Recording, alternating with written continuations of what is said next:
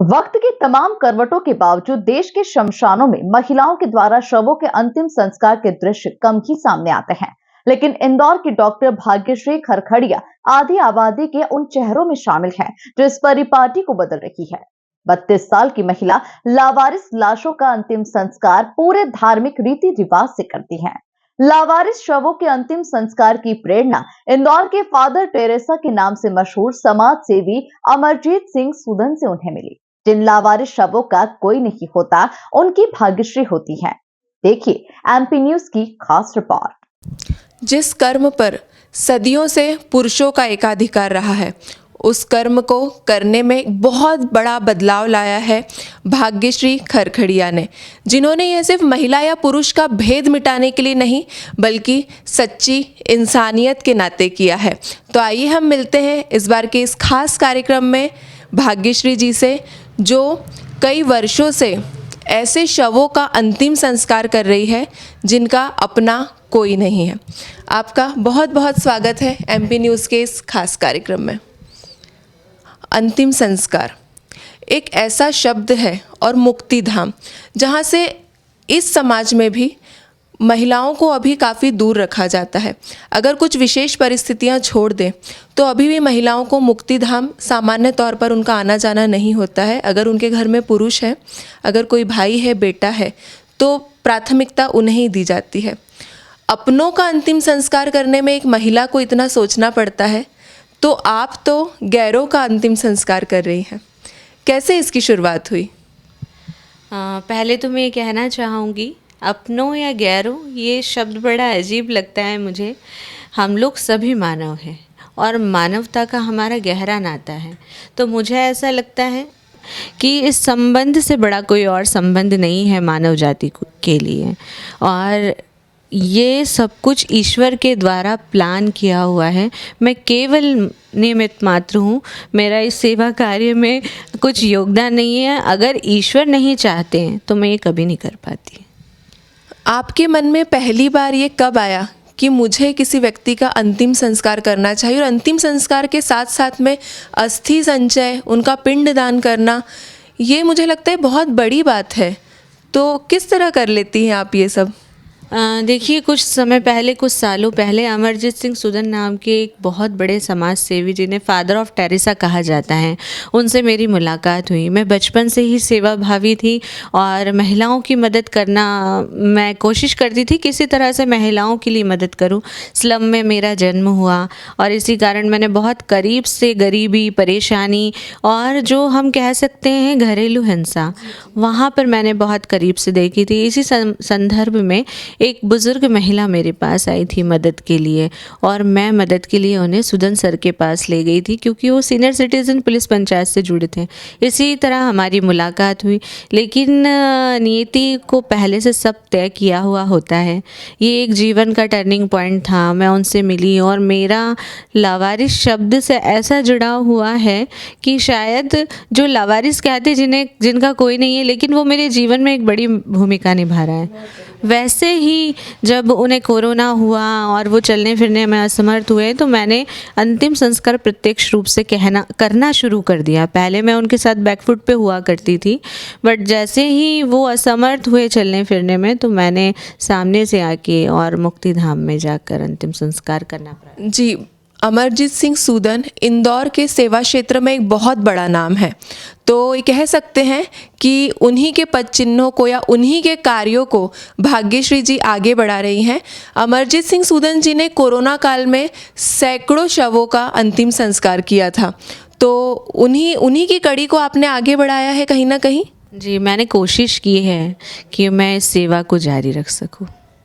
तो आपने जब इसकी शुरुआत करी तो आपके परिवार का, किसी का ऐसा कुछ इसमें आपको लगा कि विरोध है, या हमेशा आपको उनका सहयोग ही मिला है? मुझे हमेशा से मेरे माता पिता का, मेरे पति का, सभी का पूरी तरह से सहयोग मिला। उन्होंने मुझे कभी ये महसूस नहीं होने दिया। मेरे माता पिता की जो परवरिश थी वो इस तरह थी, उन्होंने मुझे यही कहा, जो आप कर सकते हो कोई और नहीं कर सकता। मेरे हस्बैंड ने जब मेरे साथ वो पहली बार शमशान में खड़े थे, तो मुझे कहा था कि तुमने आज तक कोई गलत काम नहीं किया, और जो ये आज तुम करना चाहती हो, मैं तुम्हारे साथ हूँ। हूँ, लेकिन इसे तुम्हें जीवन पर्यंत निभाना होगा, तभी तुम इसकी शुरुआत करोगी। तो मुझे हमेशा से बड़ा सपोर्ट मिला है परिवार का। जब मैं प्रेग्नेंट थी, लोग कहते हैं शमशान नहीं जाना चाहिए, लेकिन मैं तो 7 मंथ प्रेग्नेंट थी तब भी शमशान में थी। और ईश्वर की कृपा से मेरा बेटा बहुत ही अच्छा, मतलब जैसा मेरी कल्पना नहीं थी उससे अच्छा ईश्वर ने मुझे बेटा दिया है। ये बहुत बड़ी बात है। अगर परिवार का सहयोग हो तो एक महिला क्या कुछ नहीं कर सकती, और उसमें भी अगर जीवन साथी का सहयोग हो। तो कहते हैं कि शमशान घाट में या मुक्ति धाम में ऐसी कुछ नकारात्मक ऊर्जा आ जाती है, महिलाओं में उतनी सहनशीलता नहीं होती, इसलिए महिलाओं को इससे दूर रखा जाता है। कभी आपको ऐसा कुछ महसूस हुआ? जी नहीं, देखिए पहले तो मैं इस बात का खंडन करती हूँ। महिलाओं का शमशान जाना इसीलिए वर्जित माना जाता है या मनाही है क्योंकि महिलाएं बड़े कोमल हृदय की हैं। वो ज़्यादा विध्वंस, ज़्यादा दुख, ज़्यादा शोक बर्दाश्त नहीं कर पाती, ऐसा माना जाता था। लेकिन आज की महिलाएं आंगन से लेकर अंतरिक्ष तक है। ऐसा कौन सा कार्य है जो महिलाओं ने नहीं किया? तो आज की महिलाएं अगर अंतरिक्ष तक जा सकती आंगन से, तो शमशान किस जगह की भूमि है? तो वहाँ पर उन्हें कार्य करने से क्यों रोका जाए? अगर महिलाओं को जन्म का अधिकार है तो मोक्ष का अधिकार ईश्वर उससे नहीं छुड़ा सकता। ईश्वर की बनाई हुई सारी चीज़ें हैं, लेकिन मनुष्यों के द्वारा उसमें सिर्फ संशोधन हुआ है और कहीं मनाही नहीं है कि महिलाएं, शास्त्रों का जब मैंने अध्ययन किया, मैं कहीं ज्ञाता लोगों से मिली, मैंने जब पता किया तो ऐसा कुछ भी नहीं मुझे कहीं मिला कि महिलाओं का शमशान जाना वर्जित है। तो इसकी शुरुआत हम माने कि आपने कोरोना काल से करी, लेकिन कई संख्या अब ये बढ़ चुकी है, लेकिन आप वो संख्या कभी डिस्क्लोज़ नहीं करती, कभी किसी को बताती नहीं है। तो वास्तव में यही सेवा है। और भाग्यश्री जी ने कोई एनजीओ नहीं खोला, किसी संगठन से नहीं जुड़ी है, यानी कुल मिला के 1 मैन आर्मी चल रही है। ना कोई इनके आगे है, ना कोई पीछे है, कोई इनके साथ में नहीं है, यानी अकेले काम करती है। अगर कहीं कोई इनको लावारिस शव मिलता है तो उसे खुद लेकर मुक्ति धाम तक पहुंचती है और उसका संस्कार करती हैं। तो आप कभी कोई एनजीओ नहीं खोलना चाहती, सेवा कार्य इसी तरह से करना चाहती है? देखिए, मेरी मर्ज़ी तो ईश्वर ने आज तक चलने नहीं दी है, लेकिन मेरा मन है कि स्वतंत्र रूप से, प्रत्यक्ष रूप से मैं खुद सेवा कार्य करूं। और अगर ईश्वर का कोई और प्लान है तो मैं कुछ नहीं कह सकती, आगे क्या होगा मुझे नहीं पता। क्योंकि वो लड़की जो पीएचडी करती है आर्कियोलॉजी से, वो लड़की जो कॉम्पिटिटिव एग्ज़ाम की तैयारी कर रही है, उसको नौकरी करना है, उसके बड़े बड़े सपने हैं, लेकिन ईश्वर ने उसे एक अलग ही रास्ता दिया। तो मेरी सोच तो उसने कभी चलने नहीं दी, तो मैं आगे का आपको क्या प्लान बता सकती हूँ। हाँ, लेकिन इस सेवा को मैं अपने जीवन के अंत तक निभाऊंगी। तो आपने इतनी पढ़ाई की है, तो कभी मन में ये नहीं आता कि मैं, क्योंकि इसमें हमें आर्थिक लाभ कुछ नहीं है, एक संतुष्टि है, तो संतुष्टि जीवन का एक बहुत बड़ा हिस्सा है। तो इन दोनों को आप कैसे बैलेंस करके चल पा रही हैं? क्योंकि इसमें खर्चा भी बहुत आता है, क्योंकि अंतिम संस्कार मतलब ज़िंदगी के अंतिम समय तक खर्चा है। तो कैसे उसका वहन करती हैं आप, क्योंकि आप किसी से दान भी नहीं लेती? देखिए, क्या है कि एक वो व्यक्ति जब लावारिस किसी भी मनुष्य का आप मुझे बताइए, एक तो लावारिस शब्द बहुत ज़्यादा मुझे तो डरावना लगता है। बिना माँ के गर्भ के किस मनुष्य का जन्म हुआ है? और यद्यपि अगर माँ के गर्भ से उसका जन्म हुआ है तो वो मनुष्य है, और मनुष्य कैसे माँ के गर्भ से जन्म लेने के बाद में वो लावारिस बना? यहाँ पर सिर्फ और सिर्फ अपनों द्वारा ठुकराए हुए व्यक्ति ही लावारिस होते हैं। तो मुझे ये लावारिस शब्द से नफरत है, पहली चीज़ ये है। और दूसरी ये है कि ईश्वर ने पर्याप्त इतने साधन मुझे दिए हैं। मेरे पति की एक छोटी सी रेलवे में नौकरी है और हम हमारे जीवन में बड़ा संतुष्ट हैं।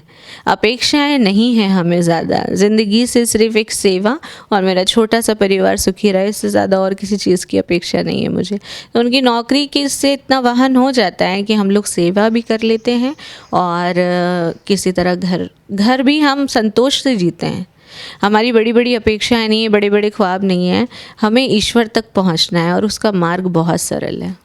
जी, ये बहुत बड़ी बात है कि सीमित संसाधनों में भी एक बहुत कैसे खुशहाल जीवन जिया जा सकता है, ये भाग्यश्री जी से सीखना चाहिए।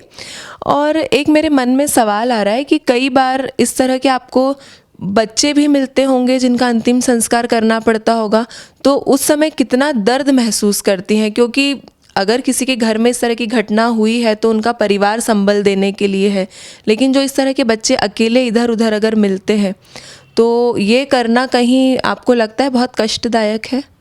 देखिए, कष्टदायक मेरे लिए यही चैलेंज है। मैं एक माँ हूँ, मेरे लिए किसी भी बच्चे का अंतिम क्रिया करना बहुत ही भयानक है। मैं एक छोटी सी घटना आपको बताती हूँ। मैं एक प्रोग्राम में जाने की तैयारी कर रही थी, मेरी फैमिली फंक्शन था। मुझे एरोड्रम थाने से फ़ोन आता है, दीदी एक जन्मजात बच्चे का शव डस्टबिन में मिला है सार्वजनिक शौचालय में, और लगभग 4-5 दिन पहले ही 8 दिन पहले उसका जन्म हुआ।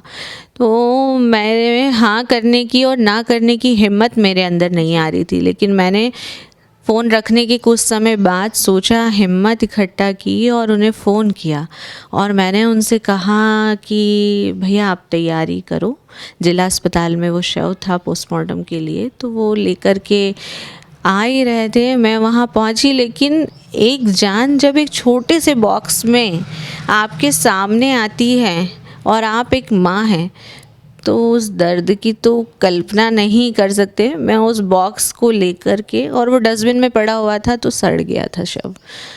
तो मेरे हाथ पहली बार कांपे, और पूरे समय मुक्तिधाम में पंचकुइया में हमने एक गड्ढा किया और पहली बार मेरे हाथ कांप रहे थे। और वो घटना मेरे जीवन के लिए बहुत ज़्यादा दर्दनाक थी कि उस माँ के लिए कितना कठिन होगा उसका शव फेंकना, और कितना कठिन होगा उसको अपनाना कि उसे उसको डस्टबिन में डालना पड़ा। ये आज भी मैं याद करती हूँ तो मुझे पूरी रात नींद नहीं आती है। बहुत डरावना अनुभव था मेरे लिए।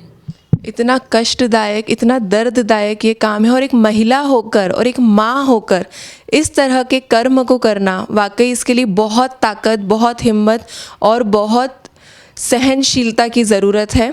और जो कि भाग्यश्री जी कर रही हैं, वाकई इनका काम बहुत काबिले तारीफ़ है, एक महिला के तौर पर और सबसे उससे ज़्यादा एक इंसान के तौर पर। अगर आप घर पर कुछ काम कर रहे हो और अचानक उस समय आपको फ़ोन आ जाता है कि आपको इस तरह का एक शव है और आपको लेकर जाना है, तो कैसे ये सब मैनेज हो पाता है? लगभग मुझे 1 से 2 घंटे पहले फ़ोन आता है। जब भी मरचुरी में शव रखा होता है तो या तो जिला हॉस्पिटल में होता है या एमवाय हॉस्पिटल में होता है। इस प्रक्रिया में 1 से 1.5 घंटा लगता है, पंचनामा बनाने में 2 घंटे भी लग जाते हैं। तो उस समय वो मुझे फ़ोन करते हैं, जिस भी थाने से वो होते हैं, तो नगर निगम से होते हैं, तो मुझे कॉल करते हैं। तो मेरे पास लगभग 1 घंटा होता है। उस समय में मेरा सबसे पहला काम होता है अपने हाथ के काम को फटाक से फिनिश करना, और उसके बाद नहा कर मुझे तुरंत शमशान पहुंचना। देखिए, मेरे लिए अंतिम संस्कार कोई काम या सेवा भी नहीं है। मेरे लिए शव से शिव की साधना है, ये मेरा आध्यात्म है। ये मेरे लिए ईश्वर को प्राप्त करने का वो जगह है जहाँ से शायद सीधे मैं उस परमात्मा से जुड़ती हूँ जिसने ये पूरा संसार बनाया है। तो सेवा से भी बढ़कर मेरे लिए अध्यात्म को जीने का एक मार्ग है।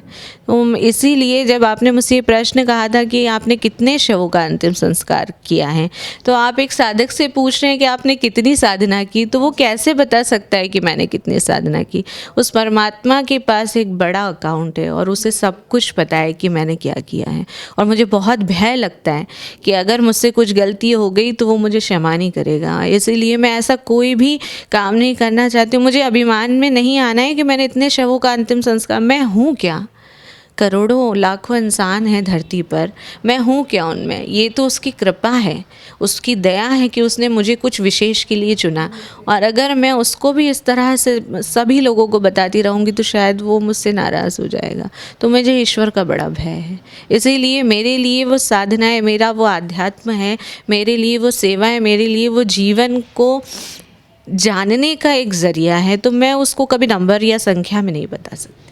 बहुत खूब। और आपके इस काम के लिए आपको मैं देख रही थी कि आपके घर में कई सारे आपको अवार्ड भी दिए गए हैं, तो ये अवार्ड आपके लिए कितने मायने रखते हैं?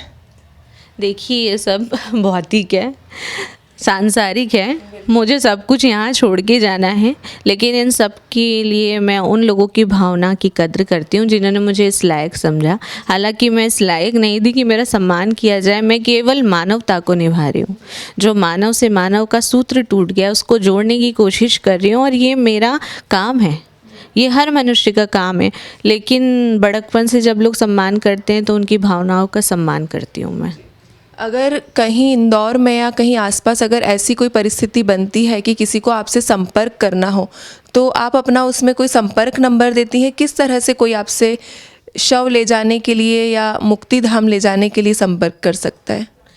देखिए, पुलिस के माध्यम से ही मुझसे संपर्क किया जाता है, और दूसरा एमवाई हॉस्पिटल से या जूनी इंदौर मुक्तिधाम, मालवा मिल मुक्तिधाम, पंचकुइया मुक्तिधाम, यहाँ पर अगर आप मेरा नाम भी कहेंगे कि दीदी भाग्यश्री जी से आप बात करा दीजिए, तो बड़ी आसानी से संपर्क हो सकता है। लेकिन पहला माध्यम पुलिस ही होता है, क्योंकि लावारिस शव रोड पर नहीं होते हैं। पुलिस के माध्यम से ही मुझसे संपर्क किया जा सकता है। आपको इसके लिए कोई एक विश्व स्तर का भी एक सम्मान दिया गया है? हाँ, कह सकते हैं कि विश्व स्तरीय सम्मान भी दिया गया है। ट्रांस ओशियाना अमेरिका का एक वर्ल्ड रिकॉर्ड है, जिसमें उन्होंने मुझे विश्व की प्रथम ब्लेस्ड वुमन, यानी जो बहुत ज़्यादा दुआओं से धनवान हैं, जिन्होंने पहली बार विश्व में ये शवों के लिए कार्य किया, उसके लिए सम्मानित किया है। उसके लिए आपको बहुत बहुत बधाई, बहुत बहुत शुभकामना, और आपका ये दुआओं का बैंक हमेशा इसी तरह से भरता रहे, यही हमारी शुभकामना है, और आप इस नेक काम को इसी तरह से करती रहें। बहुत बहुत धन्यवाद। एमपी न्यूज़ पर बने रहिए। धन्यवाद।